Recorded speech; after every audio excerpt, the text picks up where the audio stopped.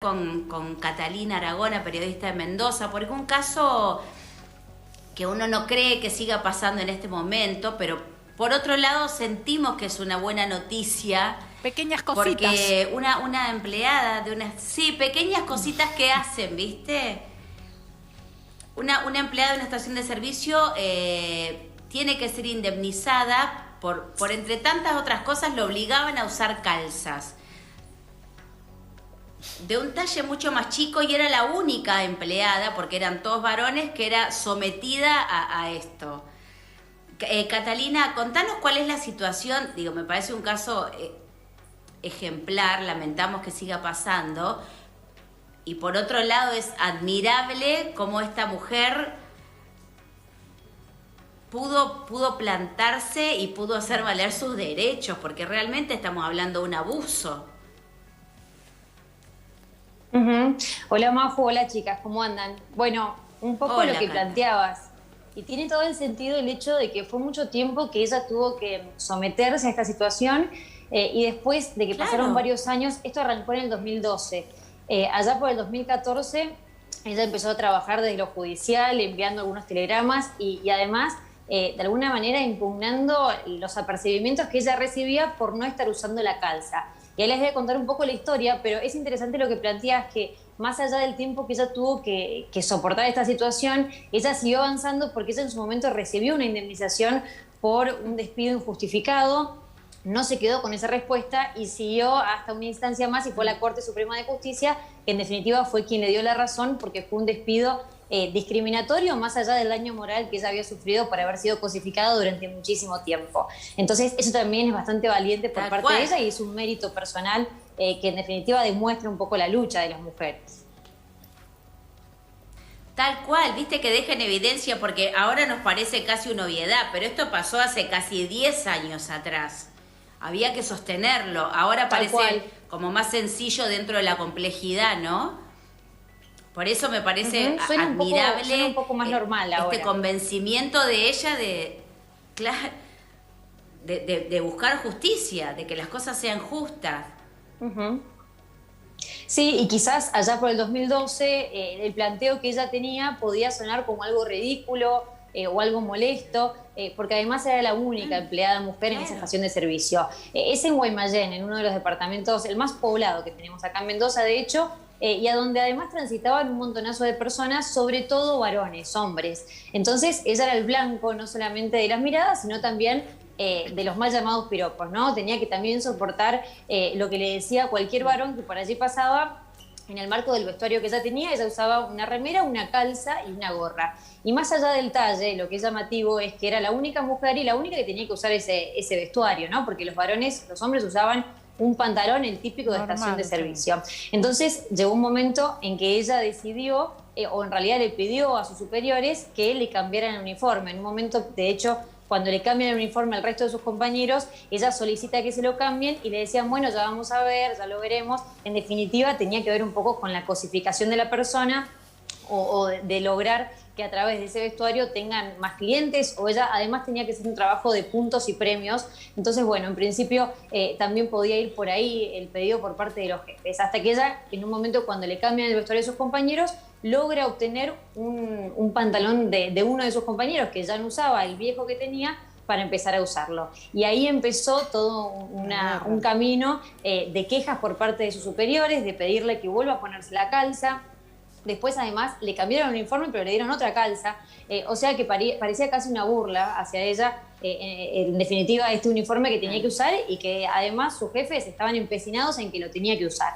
Ella empieza, en un momento la suspenden, por supuesto falta el trabajo, luego no va por una cuestión que ella alega que no estaba bien de ánimo, y empieza la cuestión judicial que tenía que ver un poco con en ella revocar esta suspensión o este apercibimiento y que además le puedan pagar el sueldo que no le estaban pagando porque la habían suspendido simplemente porque no usaba la calza que la estación de servicio tenía que usar. Catalina, ¿cómo queda sentada esa suspensión? Me llama eso mucho la atención. Digo, la suspenden porque no quería utilizar una calza, que era algo incómodo, algo que le generaba inclusive el típico acoso por parte de las personas que iban a cargar nafta, una situación muy incómoda.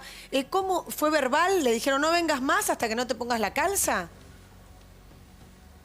Bueno, en principio fue verbal, pero básicamente lo que ellos alegaban es que ella no cumplía con los requerimientos básicos que tenía que tener para ese trabajo. Claro, Era casi como de parte de vestuario. sus tareas usar esa calza. Claro, porque tengo entendido que en el marco del pedido por parte... hubo una comunicación escrita en el cual no cumplía con las condiciones o los requerimientos del lugar, sin dejar asentado que era ponerse una calza ajustadísima, ¿no?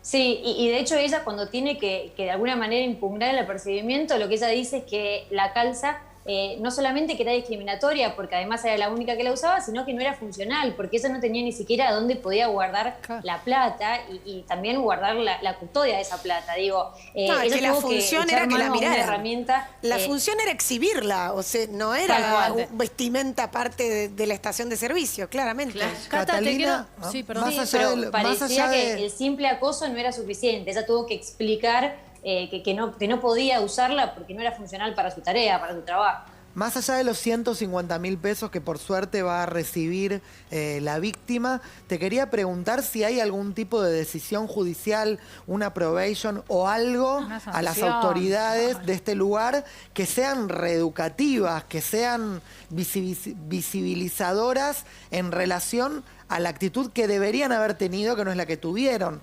Ejemplo, no sé, que la atención en su local a partir de ahora incluya determinadas mujeres con un vestuario acorde a lo que tiene que ser, o simplemente con pagar la multa ya está. Bueno, en principio sería la cuestión de dinero, ¿no? La multa, el daño moral por 150.000 pesos, amén de que ya había existido un fallo por un juicio laboral que ella había ganado por 40.000 pesos y 150.000 pesos de indemnización, pero que no tenía la figura de despido discriminatorio. Por eso es que ella avanza hacia una instancia superior. La verdad es que no tengo conocimiento y estimo que no va a pasar eso. Por ejemplo, si nosotros pensamos quizás en la cuestión del Estado provincial, en la legislatura o en diferentes dependencias del Estado, existe la obligación de estudiar la ley Micaela, de hacer un curso de la ley Micaela. Lo mismo que en obras en construcción, también se tiene que trabajar en cuestión de violencia de género con los empleados y demás. Bueno, posiblemente hacia ese camino avance, uno estima, pero en principio no. Lo que sí, el fallo marca un antecedente desde el punto de vista judicial, echando mano a los instrumentos internacionales de la mujer, ¿no? De la defensa de la mujer. Y no es menor un detalle, y es que la Corte Suprema de Mendoza en general está conformada por diferentes jueces, ¿no? Por diferentes magistrados con antecedentes políticos y judiciales. Claro. Y esto no deja de ser algo que llama la atención porque algunos de ellos, en este caso fueron Adaro, Valerio y Palermo, con perfiles distintos, ¿no? Algunos quizás más garantistas, si se quiere, o más progresistas, y otros un poco más conservadores. Los tres, más allá de su perfil, fueron unánimes en coincidir que había sido una cuestión de cosificación y de daño moral y sexista. Entonces, no deja de ser un avance, entiendo que hay mucho para avanzar, Catalina, pero no deja de ser un antecedente importante de aquí en adelante y que va a haber contemplación por parte de cualquier otro juicio laboral. Catalina, y te quiero consultar por los alcances o las repercusiones que esto puede llegar a haber tenido en otras empresas, ¿no? Porque sabemos además que son muchos los rubros donde hay uniformes sexistas que muchas veces no responden a la funcionalidad o a estar más cómodos, sino a simplemente que la mujer use pollera y el varón pantalón, por ejemplo. Incluso estoy pensando en algunos bancos que todavía tienen esa división muy arcaica. ¿Qué está pasando en otras estaciones de servicio en Mendoza? ¿Se repite esta situación? ¿Alguna ha dicho que va a cambiar sus políticas en base a este fallo? Mira, a simple vista lo que se observa es que desde hace un tiempo a esta parte no se ve ese tipo de empleada, ¿no? La típica que se acercaba a ofrecerte quizás algo para comprar o participar de algún concurso, de algún sorteo o simplemente a cargar nafta, porque esta chica también se dedicaba a cargar nafta y limpiar vidrios. Y si se quiere, quizás de hecho se está como eliminando ese perfil y sí hay muchas chicas que trabajan pero con el mismo uniforme de los varones. La verdad es que a ciencia cierta no se sabe si se podría llegar a generar quizás algún proyecto de ley para trabajar de aquí en adelante en estaciones de servicio concretamente.